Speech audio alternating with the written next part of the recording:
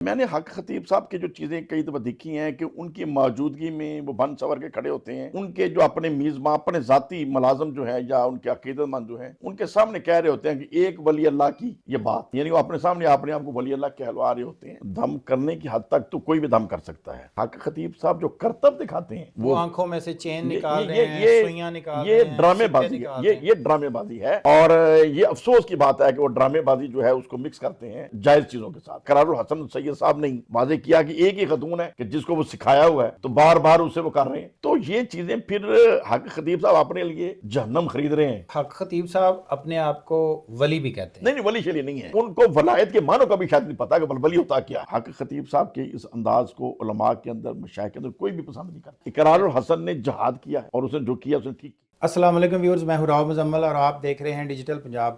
Viewers, میں اس وقت موجود ہوں آستانہ عالیہ شیر ربانی شرکپور شریف کے گدی نشین صاحبزادہ میاں جلیل احمد شرکپوری کے پاس۔ حق خطیب اور اقرار الحسن کے جو معاملات سوشل میڈیا پہ بہت زیادہ وائرل ہیں آج کل، اس حوالے سے ہم بات کریں گے، میاں صاحب سے جانیں گے وہ حق خطیب رائٹ پہ ہیں یا اقرار الحسن رائٹ پہ ہیں، یا اس صورتحال کا کیا سین ہے۔ السلام علیکم میاں صاحب۔ جی وعلیکم السلام۔ میاں صاحب، آپ کی نظر سے بھی گزرا ہوگا، سوشل میڈیا پہ بہت زیادہ ٹرینڈ چل رہا ہے 2-3 دن سے حق خطیب کے حوالے سے۔ اقرار الحسن کا دعویٰ ہے کہ حق خطیب ایک جعلی پیر ہیں اور وہ جو کرامات کرتے ہیں وہ ساری آرٹیفیشل ہیں، وہ جعلی ہیں، تو آپ اس کو کس نظر سے دیکھتے ہیں؟ دیکھیں، حق خطیب صاحب کو میں پرسنلی بھی ایک دفعہ صرف قریب سے ملا ہوا ہوں۔ میرے ایک دوست کی شادی تھی اسلام آباد میں اور وہاں وہ بھی تشریف لائے تھے، تو میں تو خیر جب سے انہیں دیکھ رہا ہوں میں تو کبھی بھی متاثر اس لیے نہیں ہوا کہ ہم نے تو جو بزرگوں سے سنا ہے کہ ایک بندہ اگر ہوا میں اڑ کے بھی دکھا دے لیکن نبی پاک صلی اللہ علیہ وسلم کی سنت کا تارک ہو تو وہ کہہ لیں صاحب فن تو ہو سکتا ہے، ولی اللہ نہیں ہو سکتا۔ دوسری چیز یہ ہے کہ میں نے حق خطیب صاحب کی جو چیزیں کئی دفعہ دیکھی ہیں کہ ان کی موجودگی میں وہ بن سور کے کھڑے ہوتے ہیں اور ان کے جو اپنے میزباں اپنے ذاتی ملازم جو ہیں یا ان کے عقیدت مند جو ہیں ان کے سامنے کہہ رہے ہوتے ہیں کہ ایک ولی اللہ کی یہ بات، یعنی وہ اپنے سامنے اپنے آپ کو ولی اللہ کہلوا رہے ہوتے ہیں۔ دم کرنے کی حد تک تو کوئی بھی دم کر سکتا ہے، اس میں تو کوئی ضروری نہیں ہے کہ بہت بڑا کوئی عالم دین ہو یا کوئی بہت اللہ کا پہنچا ہوا، کوئی سادہ آدمی اگر بسم اللہ کی پڑھ کے دم کرتا ہے تو اس میں تو اعتراض نہیں کیا جا سکتا۔ لیکن حق خطیب صاحب جو کرتب دکھاتے ہیں وہ آنکھوں میں سے چین نکال رہے ہیں، سوئیاں نکال رہے یہ ہیں، ڈرامے سکے بازی نکال ہے، رہے ہیں۔ یہ ڈرامے بازی ہے، اور یہ افسوس کی بات ہے کہ وہ ڈرامے بازی جو ہے اس کو مکس کرتے ہیں جائز چیزوں کے ساتھ۔ دم کرنا تو جائز ہے، اگر ان کے دم سے کسی کو شفا بھی ہو جاتی ہے تو بڑی اچھی بات ہے، لیکن یہ جو ڈرامے بازی ہے وہ سوئیاں نکال کے دکھانا، پنے نکال کے، اس کے اندر کون سی سوئیاں چبھی ہوئی تھیں؟ اچھا پھر ایک خاتون جو یہ قرار الحسن سید صاحب نے واضح کیا کہ ایک ہی خاتون ہے کہ جس کو وہ سکھایا ہوا ہے، تو بار بار اسے وہ کر رہے ہیں، تو یہ چیزیں پھر حق خطیب صاحب اپنے لیے خود جہنم خرید رہے ہیں۔ مطلب یہ اگر صاحب ڈرامے بازی ہے نا کہ آپ ایک کام آسن کر رہے ہیں بسم اللہ کی پڑھنا، اور بسم اللہ پڑھ کے دم کرتے ہیں تو ویری گڈ، وہ کوئی بھی کر سکتا ہے، آپ بھی کر سکتے ہیں، میں بھی کر سکتا ہوں، اور اللہ تعالیٰ شفا دینے والا ہے، لیکن اس کے ساتھ اللہ کے نام کے ساتھ ایک یوں یا اپنے آپ کو مشہور کرنے کے لیے، تو مشہور کرنے کی کیا ضرورت ہوتی ہے اپنے آپ کو؟ ہاں جتنی پہچان ہو بس اللہ تعالیٰ نصیب کرے پیار سے اور محبت سے تو ویری گڈ، جو نہیں پہچانتا نہ صحیح۔ میاں صاحب، وہ حق خطیب صاحب اپنے آپ کو ولی بھی کہتے ہیں۔ نہیں ولی شلی نہیں ہے، ان کا جو ولایت ان کو ولایت کے معنوں کا بھی شاید نہیں پتا کہ ولی ہوتا کیا ہے۔ ان کا جو لباس ہے، داڑھی مبارک ہے، ان کا جو لائف سٹائل ہے وہ ولیوں والا ہے۔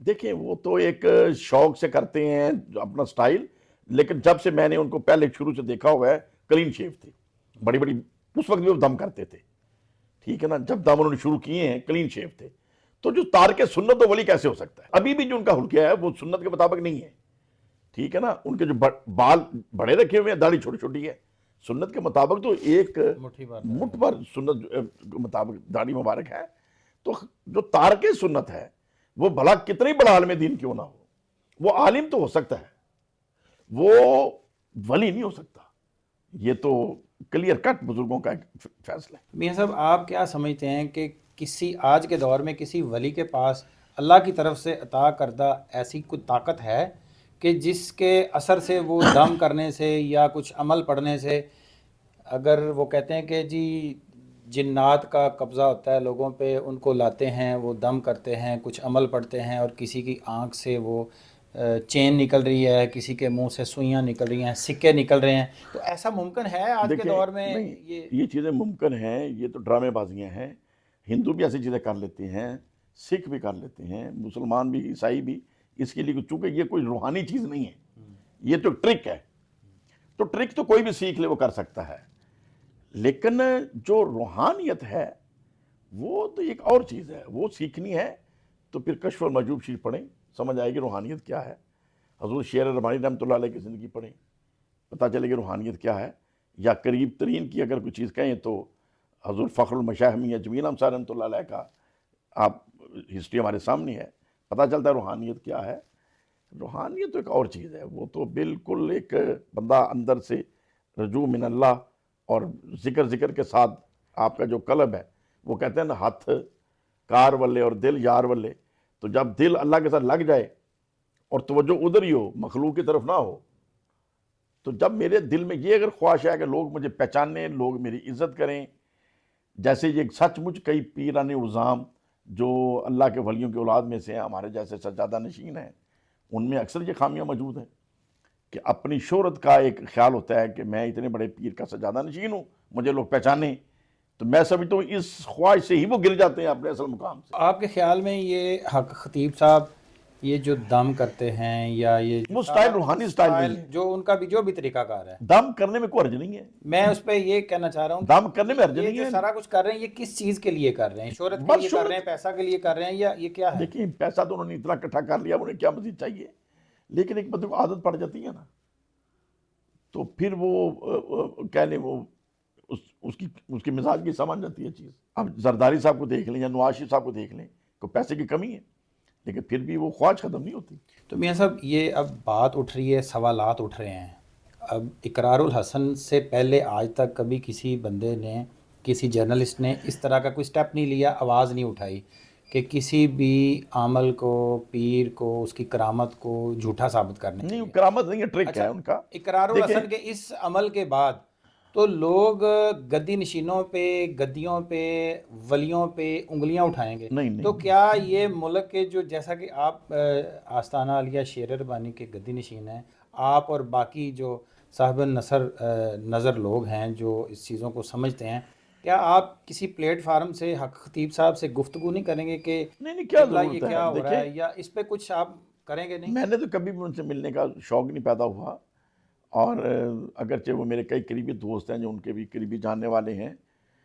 تو لیکن دیکھیں میں نے جو علماء کا اور مشائخ کے اندر دیکھا ہے، حق خطیب صاحب کے اس انداز کو علماء کے اندر، مشائخ کے اندر کوئی بھی پسند نہیں کرتا.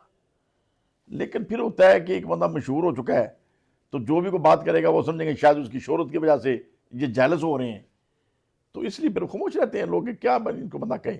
لیکن لوگوں کو یہ سمجھ ہونی چاہیے دم کرانے میں تو کوئی حرج نہیں ہے. لیکن جہاں تک دم ہے وہ تو حق خطیب صاحب کریں، آپ کر دیں، کوئی کر دے، بسم اللہ جی پڑھ کے کر دیں، شفا تو رب نے دینی ہے.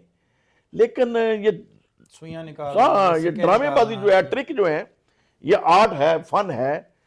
یہ تو بے شمار یہ عیسائی بھی کر لیتے ہیں، اس طرح کا ٹرک ہندو بھی کر لیتے ہیں، اس طرح کا ٹرک سکھ بھی کر لیتے ہیں. وہ ولی اللہ ہو گئے ہیں کوئی. اقرار الحسن نے یہی نہیں، اقرار الحسن نے، میں سمجھتا ہوں انہوں نے ایک بندے اقرار کے الحسن منہ نے، سے سوئیاں اور سکے اقرار نکال کے الحسن دکھایا نے، کہ میں میں بھی اسی سمجھتا طرح ہوں کر سکتا ہوں. اقرار الحسن نے جہاد کیا ہے، سید زادہ ہے، اور اس نے جو کیا اس نے ٹھیک کیا. تو اقرار بھائی کے اس عمل کے بعد آپ اقرار بھائی کے متعلق کیا سمجھتے ہیں کہ ایسے لوگ جو نہیں، ہیں وہ میدان میں آنے چاہیے، اقرار چیزوں سے پردہ اٹھانا چاہیے اقرار کہ نہیں؟ الحسن صاحب جو ہیں وہ پہلے بھی بیوروکریسی کے خلاف اور کئی جو رشوت خور لوگ ہیں ان کے خلاف ایسی کارروائیں کرتے ہیں، اور کئی ڈرامے باز پیروں کے خلاف بھی انہوں نے پہلے بھی کارروائیاں کی ہیں. لیکن وہ اتنے پاپولر لوگ نہیں تھے، مطلب کہ وہ ایسے بندوں کی ہم نے دیکھی ہیں ان کی چیزیں کہ جن کو کبھی ہم نے نام بھی نہیں سنا، لیکن وہ اپنے اپنے گاؤں اور اپنے علاقے کے اندر ڈرامے شرامے انہوں نے رکھے ہوئے تھے، اور تو ڈرامے بازیوں سے لوگوں کو امپریس کر لیتے ہیں. تو یہ پہلی دفعہ ایسا ہوا ہے کہ کسی زیادہ پاپولر آدمی کو انہوں نے پکڑا ہے. تو میں تو اقرار الحسن صاحب کو یہ کہوں گا کہ وہ اپنا اس جہاد کو بند نہ کریں، اور لیکن یہی جو ان کی سمجھداری ہے، ان کا فن ہے، یہ ذرا عدلیہ کی اصلاح کے لیے بھی استعمال کریں. ہماری عدالتیں کو اندر بھی جہاں بہت اچھے جج ہیں، وہاں بکو جج بھی ہیں جنہوں نے عدالتوں کو بدنام کیا ہوا ہے. ٹھیک ہے نا جی. اب یہ عام مشہور یہ ہے کہ وکیل کرنے کی ضرورت نہیں ہے، جج خرید لیا جائے. تو اگر عدلیہ کو بھی اصلاح کرنے کا وہ باعث بنے تو میں سمجھتا ہوں ان کی خدمات پاکستان کے لیے مزید بہتر ہوں گی. جی بہت شکریہ. یہ تھے میرے ساتھ آستانہ عالیہ شیر ربانی کے گدی نشین صاحبزادہ میاں جلیل احمد شرک پوری، جو حق خطیب اور اقرار الحسن کے مسئلے پر تفصیلی گفتگو کر رہے تھے. میری اگلی ویڈیو تک مجھے دیجیے اجازت. اللہ حافظ.